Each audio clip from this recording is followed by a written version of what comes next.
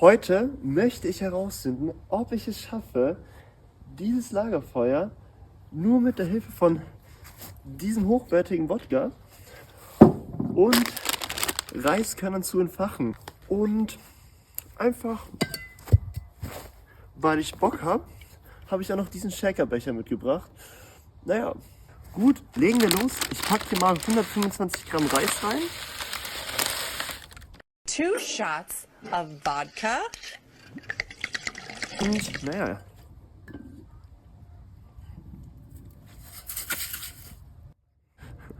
Okay, so let's go. Eisenhower vaccine. England's got a new queen. Marciano